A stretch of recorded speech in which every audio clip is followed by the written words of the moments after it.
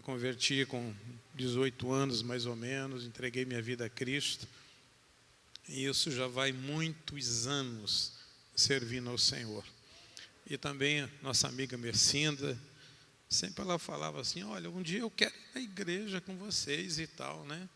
E Deus permitiu que hoje ela pudesse estar com a gente aqui. Eu estou muito feliz, Mercinda, de ter você com a gente aqui. E também Isabela. A Isabela não queria vir muito não, pastor.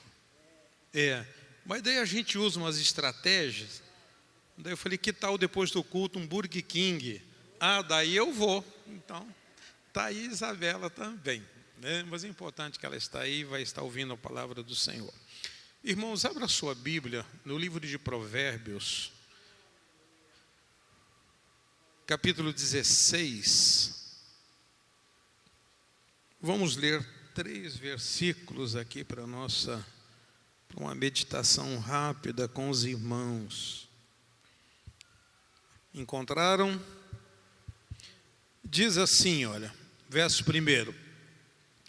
Do homem são as preparações do coração, mas do Senhor a resposta da boca. Todos os caminhos do homem são limpos aos seus olhos, mas o Senhor pesa os espíritos. Confia ao Senhor as tuas obras, e teus pensamentos serão estabelecidos. Até aqui. Queridos, o sábio aqui nos traz, quando ele escreve esses 3 versículos que nós lemos, nos traz algumas lições importantes. E quando nós se descuidamos, a gente acaba tendo dificuldade, acaba tendo problemas. Primeiro ele diz que os planos, os projetos, as preparações, vêm do coração do homem. Você planejar, você fazer projetos, você pensar, você querer um futuro, está tudo bem, não tem problema nenhum. O problema está quando nós se esquecemos a segunda parte. Nos esquecemos que os nossos projetos, eles dependem da aprovação de Deus. Eles dependem do sim de Deus. Mas muitas vezes nós se empolgamos, pensamos alguma coisa, realizamos um projeto e falando, não, isso aqui é maravilhoso, isso aqui eu tenho que realizar, eu vou, e a gente não espera para Deus manifestar a vontade dEle. E quando nós agimos fora dos planos de Deus, fora dos projetos de Deus, vai chegar um momento que nós vamos se perder. E a coisa triste é quando nós se perdemos. Quando alguém se perde, às vezes é difícil achar o fio da meada. Às vezes é difícil encontrar o caminho de volta. Uma vez Josafá, ele faz uma declaração, ele dizendo, Senhor, essa multidão é grande demais. E ele diz assim, e eu não sei o que fazer. Quando nós realizamos projetos, mas nós não esperamos o ok de Deus, quando nós não esperamos o sim de Deus, a gente acaba se dando mal. Porque nós não temos atributos que Deus tem, da onisciência, da onipresença, nós não temos isso. O que nós temos, meus irmãos, podemos ter, e não são todos que têm, a sabedoria e a prudência. Algumas pessoas são dotadas dessas 2 coisas, da sabedoria e da prudência. O próprio livro de Provérbios também diz para nós que a sabedoria e a prudência, elas andam de mãos dadas, elas são amigas. Isso quer dizer o que para nós? Que a sabedoria nos resolve problemas do momento. algo que você tem que resolver agora. Então, você precisa de sabedoria. O caso de Salomão, por exemplo, aquelas mulheres disputando aquela criança, ele precisava de sabedoria do momento ali. Mas só que quando você usa a sabedoria, você precisa também, você tem a necessidade da prudência. A sabedoria faz você ver aqui, o agora. Mas a prudência, ela te faz ver lá na frente. É como o carro, que tem farol baixo, farol alto. Quando você quer enxergar perto, farol baixo. Mas quando você quer enxergar lá na frente, farol alto. Então a sabedoria e a prudência funcionam desta maneira. Mas por que muitas vezes o homem, ele faz projetos, ele sonha com alguma coisa e ele não espera por Deus? Ele não espera o ok de Deus. O segundo versículo diz que todas as coisas aos olhos do homem são limpas. O homem muitas vezes ele não consegue ver o perigo, ele não consegue ver a maldade muitas vezes. Então aos olhos dele ele olha, não, isso aqui é maravilhoso, isso aqui eu vou fazer, vou realizar e tal, isso aqui vai ser tranquilo. Mas se esquecemos que a Bíblia diz também que Deus pesa os espíritos. Isso quer dizer o que para nós? Que Deus, quando olha um projeto nosso, Ele vê também as intenções. Por que nós estamos fazendo? Por que nós estamos realizando? Então Deus, Ele vê as intenções. Por isso Ele pesa. Às vezes realizamos na igreja uma obra imensa, tremenda, tal, e nós fazemos uma série de coisas. E de repente, quando chegarmos lá no céu, quando for a nossa obra for provada pelo Senhor, ela vai se queimar. Mas daí nós vamos falar, mas por que se queimou? Eu fiz com tanta alegria, tal. Mas é que Deus vê as intenções. Não basta, meus irmãos, fazermos grandes coisas para Deus. Nós precisamos estar com um coração pronto e um coração voluntário para oferecer a Deus o de melhor. O de melhor. Daí no outro versículo ele diz o quê? Confia ao Senhor as tuas obras. Confia ao Senhor os teus projetos. Confia ao Senhor aquilo que você quer realizar. Este confiar ao Senhor é depositar a confiança do teu projeto no Senhor. Não nas suas habilidades. Não naquilo que você tem. Às vezes um se apoia, se estriba, às vezes na sabedoria. Eu sou muito sábio. E eu sendo sábio, eu vou fazer e eu vou me dar bem. Outro fala assim, ele vai se estribar e vai confiar na riqueza dele. Não, eu vou fazer porque eu tenho dinheiro para fazer. Mas o que a Bíblia diz para nós? Não confie o homem, não glorie-se o homem na sua sabedoria. Não se glorie o homem na sua riqueza. Mas quem quiser se gloriar, glorie-se em me conhecer, porque disso eu me agrado. Então aquilo que nós vamos realizar, primeiramente, a intenção do nosso coração é de que o Senhor seja glorificado através daquilo que nós vamos fazer. Nós podemos, irmãos, empolgar as pessoas. Nós podemos deixar as pessoas estarem que coisa maravilhosa, mas nós não conseguimos fazer isso com Deus. Por isso que a Bíblia está nos ensinando nesta noite, olha, faça os projetos. Não deixe de fazer projetos. Não deixe de sonhar. Mas acima de tudo, entenda que você precisa, que nós precisamos do ok de Deus. Nós precisamos da aprovação de Deus. E a coisa difícil, irmãos, é quando nós achamos que nós somos suficientes, que nós podemos resolver, podemos falar, podemos e tal, e que nós não precisamos de mais nada, que nós somos suficientes. Eu sou capaz, eu faço isso há tantos anos, eu já aprendi a falar. Uma vez, pastor Marcos, eu ouvi de um companheiro, ele dizendo assim, falou: pastor Álvaro, eu prego há tantos anos que eu já aprendi a pregar. E eu posso pegar, se eu quero que a igreja chore, eu faço ela chorar. Se eu quero que ela pule, eu faço ela pular.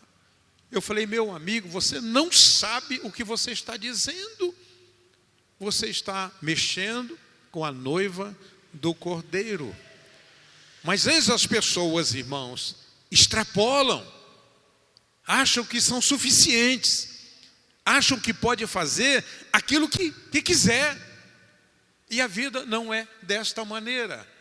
E é justamente aí que muitas vezes nós entramos na contramão de Deus. E a coisa difícil, a coisa complicada é você entrar e começar a caminhar na contramão de Deus. Você querendo fazer uma coisa e Deus falando: por aí não.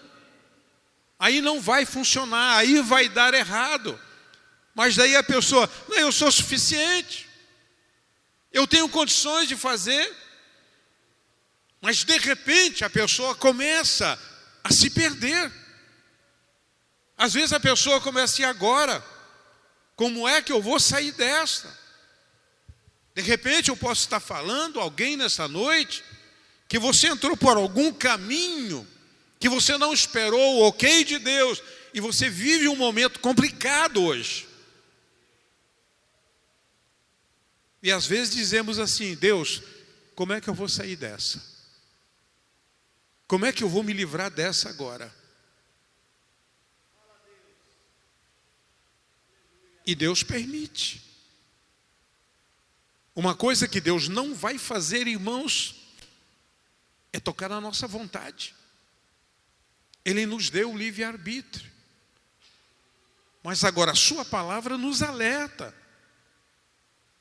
Às vezes Deus usa um vaso para falar com você, para te alertar. Deus usou o pastor Marcos aqui domingo para mim, para dar um alerta, para me ficar consciente das coisas. Agora, Deus nos deixa consciente, mas Ele vir e pegar você pelo braço, eu pelo braço, e Ele mudar as coisas, Ele não vai mudar. Ele apenas nos avisa. Observe uma coisa. A Bíblia fala, por exemplo, sobre o profeta Jonas. Deus chega para ele e dá a ele uma missão maravilhosa. Queria eu, pastor Marcos, ter um chamado de Deus desse, de eu pregar uma mensagem e uma cidade inteira se converter, pastora. Era um privilégio dele, que Deus deu para ele. E Deus fala: olha, vai para Nínive. E a reação dele: vou não. Para Nínive? Não. Eu vou para Tarsis. E todas as vezes que nós, queridos irmãos, contrariamos a vontade de Deus, a gente entra na contramão com Deus. E certamente nós vamos caminhar muito pouco e nós vamos se perder. Vamos caminhar pouco, não vamos caminhar muito não. Vamos caminhar pouco e nós vamos se perder. Não, eu vou para Tarsis. Nínive não, não quero. E ele sai, compra passagem, e aí começa um declínio na vida dele. Um problema na vida dele, porque ele saiu do propósito de Deus. Ele saiu da direção do Senhor. O caminho é Nínive, mas ele vai para Tarsis. E começa uma descida física e uma descida espiritual. A Bíblia diz para nós que ele desce para comprar a passagem. Depois ele desce para o porto. Daí ele desce para o navio. E estando no navio, ele desce para o porão do navio. Descidas constantes. E o problema, queridos, que muitas vezes nós não percebemos as perdas. Você não percebe que você está descendo. E isso por quê? O versículo 2 aqui. Aos nossos olhos está tudo certinho. Aos nossos olhos, maravilha. Aos nossos olhos, está tudo limpo. Mas a gente está descendo. Agora, o que eu acho maravilhoso é que Deus, quando Ele coloca os olhos dele sobre alguém, Ele não perde de vista. O dia que Deus colocou os olhos dele sobre você, daquele dia, Ele nunca mais perdeu você de vista. Ainda que a gente vá na contramão, ainda que a gente queira ir para Tarsis, mas Deus vai acompanhando. Ele vai acompanhando, deixa ele ir. É já que ele se perde, é já que a situação vai ficar complicada. E não demorou muito. Quando chega lá no meio do mar, Deus manda uma tempestade. Observe um negócio. A natureza ouviu a voz de Deus. Jonas não. O vento ouviu a voz de Deus. Vai lá e sopra. O mar ouviu a voz de Deus. Olha, se torne revolto. A natureza ouviu a voz de Deus, mas Jonas não. E chega aquela tempestade. E ele é jogado no mar. Ele perde o controle dele. Às vezes nós perdemos o controle em uma circunstância. Às vezes perdemos o controle numa decisão errada, numa escolha errada. E nós perdemos o controle. E daí nós vamos chegar à conclusão de que nós não tínhamos controle nenhum. Porque o controle pertence a Deus, pertence ao Senhor. Ele tem todo o controle. E nós achamos. E chega uma situação, chega uma calamidade, chega uma adversidade na vida, e nós perdemos o controle. E daí nós vamos descobrir que nós não temos controle nenhum. Ainda que a gente pense, não, eu estou com o controle. Eu seguro. Está comigo o controle. Está tudo na minha mão, a rédea que está na minha mão. Não, de jeito nenhum. Até chegar a tempestade. E daí a gente vê que a gente não tem controle nenhum. Será que não é mais prudente a gente passar essa autoconfiança, esse controle que nós pensamos que nós temos, passar para Deus? O que é melhor? Entregar esse controle para Deus ou perder o controle na tempestade? O que é melhor?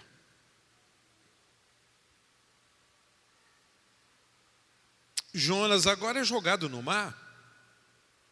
E a Bíblia diz que ele ficou à deriva. Alguém que se sentia, pastora, confiante, e agora está à deriva. Alguém que pensou que tinha todo o controle, agora está perdido.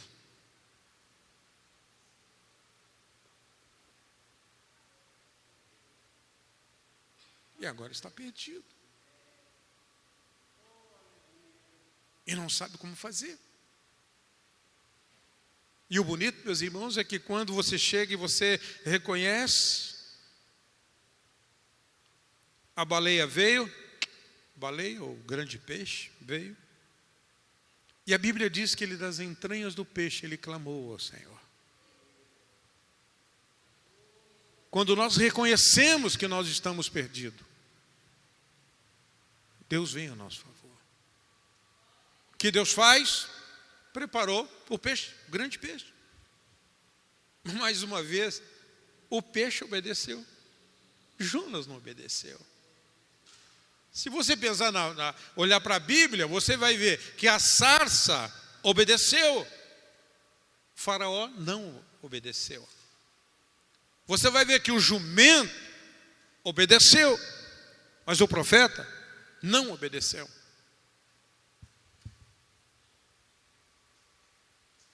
Isto porque, meus irmãos, a autoconfiança. Nós achamos muitas vezes que nós podemos realizar tudo, podemos fazer tudo. Aquele grande peixe vai e apanha Jonas, leva lá na praia, soltou ele lá na praia. Quem sabe ele disse: Senhor, é aqui? É aqui Nínive?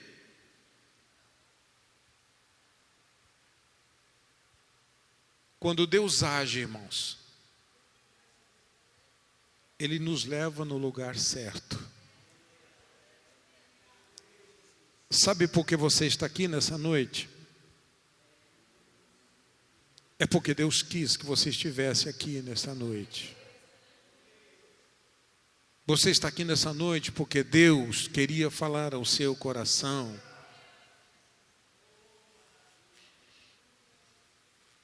Você está aqui porque Deus quis que você estivesse aqui. Você precisava ouvir isso.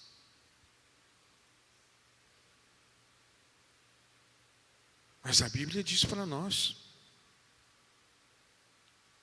que as preparações é do nosso coração. Mas é o Senhor que vai dar o ok. É o Senhor que vai assinar o teu projeto, que vai assinar o teu sonho. É Ele que assina. É Ele que assina. Nós não podemos ter pressa, meus irmãos, de sair da presença dEle. Às vezes Ele até te inspira. Às vezes a inspiração é do próprio Deus. Às vezes a palavra é do próprio Deus falando com você. Mas é necessário que se espere. Às vezes nós ouvimos uma palavra profética: olha, eu preciso que você vá realizar uma obra em tal lugar.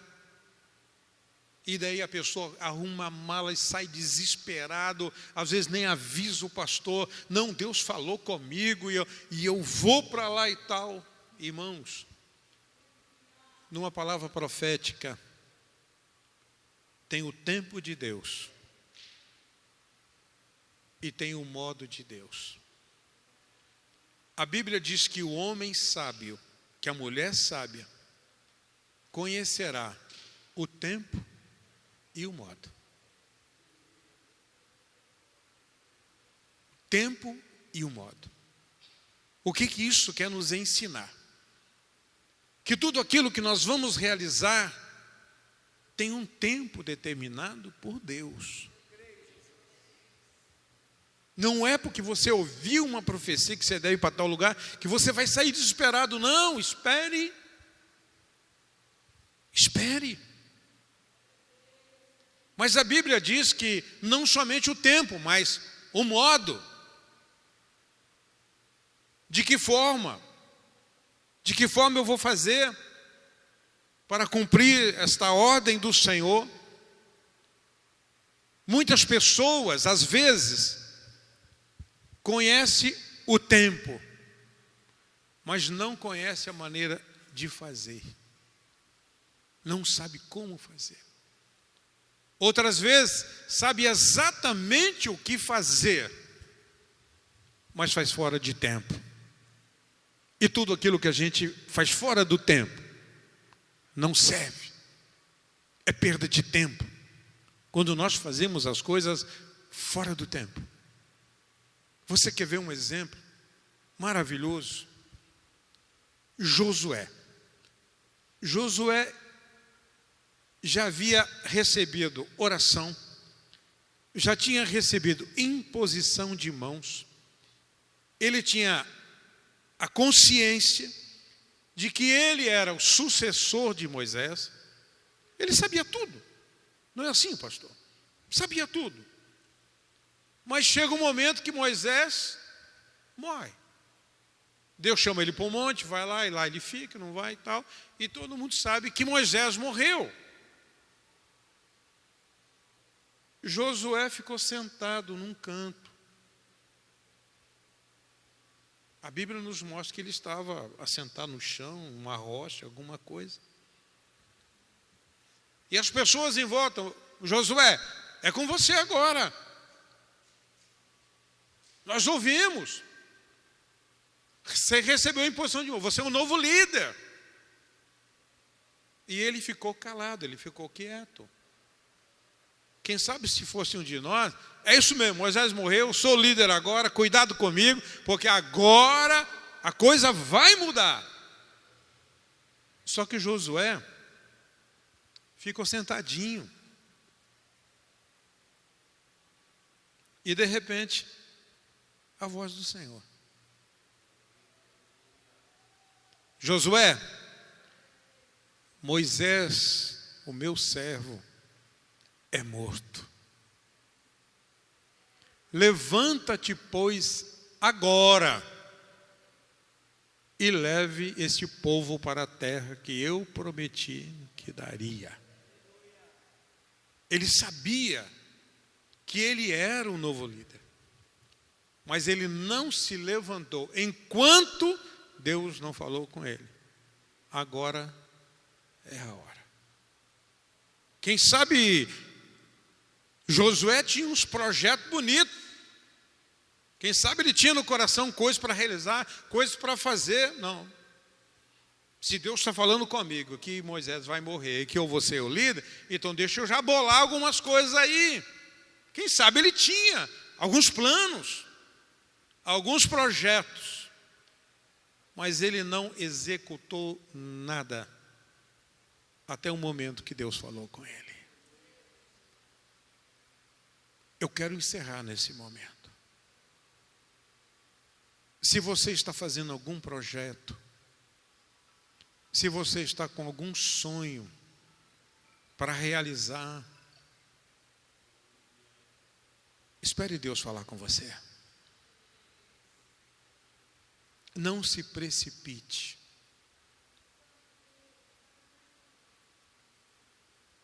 Meu primeiro pastor, ele disse alguma vez que eu nunca mais esqueci. Ele falou assim: Álvaro, tome um empurrão de Deus, mas não se coloque na frente dele. Deixa ele te empurrar. Ainda que você caia, você vai cair no lugar certo. Mas não tome a frente de Deus. Que Deus te abençoe. Que o Senhor nos guarde, nos proteja. Que nós tenhamos sabedoria, prudência para resolver as coisas, para fazer as coisas, para tomar decisões. Que acima de tudo nós tenhamos o Espírito Santo de Deus nos orientando em todas as coisas. Amém, meus queridos? Que Deus nos abençoe, em nome de Jesus. Pastor.